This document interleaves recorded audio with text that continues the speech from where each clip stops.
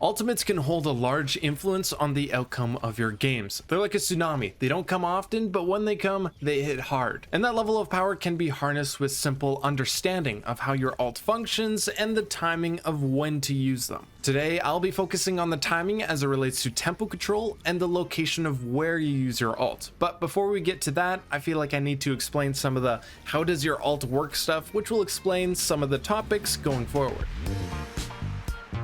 There are three categories of ultimates. We've got setup ults, DPS ults, and sustain ults. The setup ultimates enable teammates to more easily secure picks, like Grav sucking enemies together or Blizzard that freezes enemies in place. These are the big honchos that can initiate fights with little setup and win them outright with good timing and team follow-up. DPS ultimates have a wide range of functions, but in summary, deal damage obviously, and because of the huge threat potential, they can act as zoning tools as well. These zoning ults are meant to clear enemies from power positions like high ground, or just make it really unfun for teams crossing the choke. And as such, they too are great for initiating. The rest, and there are hybrids, the rest play a part in upping the tempo and are conditional with how they're used, whether that is waiting for enemy cooldowns to be used or comboing them with a setup ult. So these need setup to find the most amount of value and aren't necessarily initiators. Sustain ults are what their name suggests. They provide extra defenses to you or teammates, but like the DPS, we can separate them into two subcategories. The first are the defensive sustain ults, which are your primary responses to enemies using their big ults or ult combos. The second group are what I like to call utility sustain because they bounce between semi-good defenses to pretty good offensive weapons. But all sustain ults lack offensive oomph or setup needed to be impactful and actually get the most valuable resource, which is,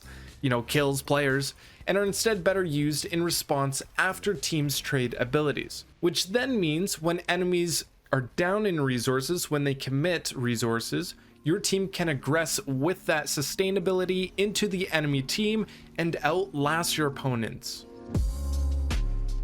I'm going to run down a couple scenarios of hypothetical teams and their current ult economy to help get you thinking about your team's possible win conditions and the strategy behind them. We'll start simple by picking one team. First thing to do is total up your team's ults. We see Hanzo, Zarya, and Ana all have theirs ready. Genji will have his soon if we're patient enough, and he gets some poke damage, so 4 total. Next, what are some possible ways to use these ultimates? If we can combo Hanzo's Dragon with Zarya's Grav, both a DPS and a setup ultimate, that will be a sure way to win a team fight easily. But could we also use Blade plus Grav? I mean, yes, but the Dragon is a better option because the damage is continuous compared to the periodic burst damage that you get from just swinging the blade. A better use for Genji's Blade is with Ana's Nano Boost, because the blade by itself can be easily countered since Genji swaps his weapon for a katana, and that 200 HP of his can go away pretty fast. So the Nano Boost gives some crucial damage reduction, but also powers up the blade where a dash and a slash can one-shot squishy targets.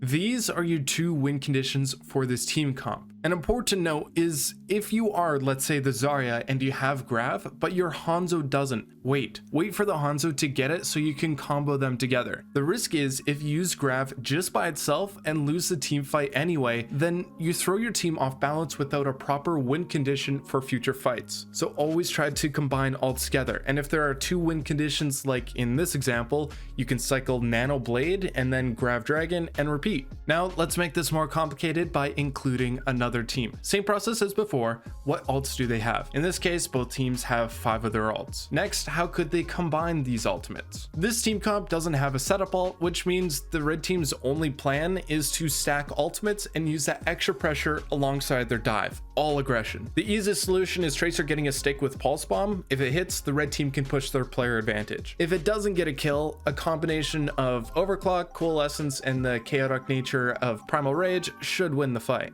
In this composition too, the red team could use Sound Barrier as well, but it, again, should be used to respond to something, and that's what we're getting to. So now we've reached a point where both teams are head to head. What or how should these individual players use their ultimates to find maximum value? Let's say your team, the blue team, initiates with Grav Dragon. The Lucio then saves a Sound Barrier to counter. Both cancel each other out, so it's an even playing field, but what happens now that those ults are off the table? Well, the blue Genji notices there's no Sound Barrier, so he decides to commit the Blade, which then the Ano nanos him, and well, team kill.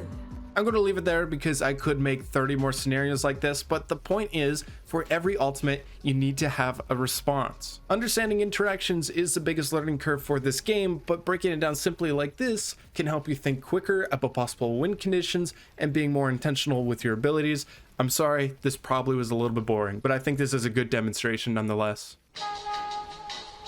The timing is really quite important to this whole equation. You don't want to use them too early because a team could just wait for it to end, then your ult finds no value. You also don't want to use it too late because it might have been an unnecessary overcommitment, or even worse, you use it late and your team still loses the fight. So the first thing I'll talk about is tempo control and what it means. Essentially, it tells you about the state of the fight. If one team uses 3 ults and the other doesn't use any ults, the red team is more likely to win because they've committed more resources and have created an advantage. Obviously, abilities have the same effect, but ultimates generally have the large swing of momentum comparatively. Given this information, your ideal goal is to create as many advantages as possible, and the best way to do that is to initiate with your ultimates. This way, your team can attack first or be more aggressive with the advantage. Meanwhile, the enemies are forced to respond under pressure. More times than not, in ranked, you force the enemy team to make mistakes, whether that be positionally or just a mismanagement of cooldowns,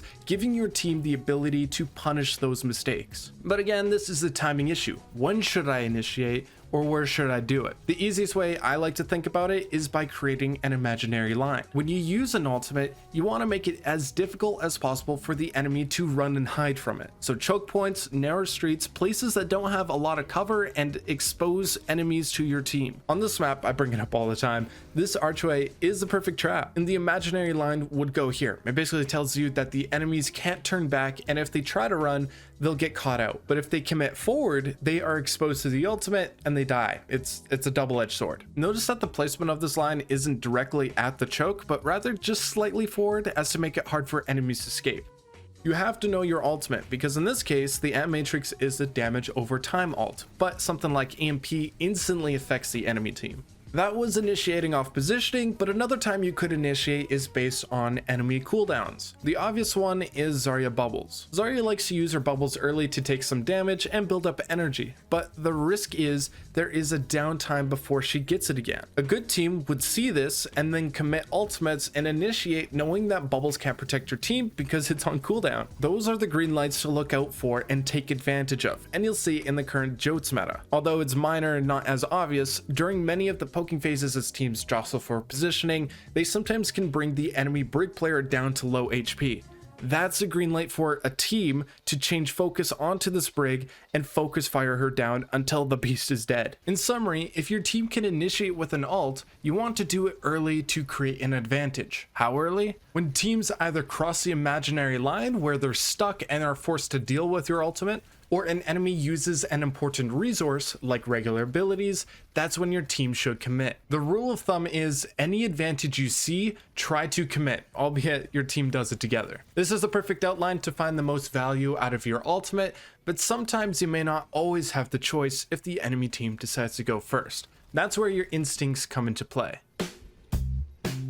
You will be met with enemies that don't like to back down. They have ultimates too, and they want to take tempo control for themselves. This happens a lot during mid-fights. The mid-fight is after a team has initiated and traded cooldowns, everyone is in everyone's faces. Remember, you want to create as many advantages as possible, so as the saying goes, the more the merrier. When the fight is undetermined, be the one to finish the fight by committing your ultimate. The only time where you should have some second thoughts is when you see your team dying in the kill feed, so there's no follow-up. It does take a good amount of awareness to understand the state of the fight, and especially as players from both sides begin to fall, but my stance is still to commit more to win the fight. And especially for those important fights like getting a checkpoint or capturing the point, you want to make sure you win those where you can. I'll say as a disclaimer though, use your intuition, because if you initiate with one ult and the enemy team decides to use all 5, so be it, take the L and hold on to what you have for future fights. But if nothing's going on, you might have lost one player, but it's the key fight where you could possibly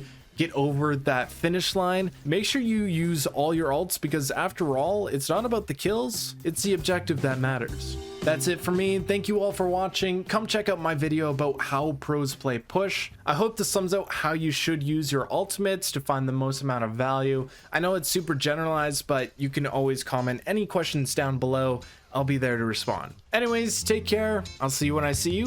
Peace.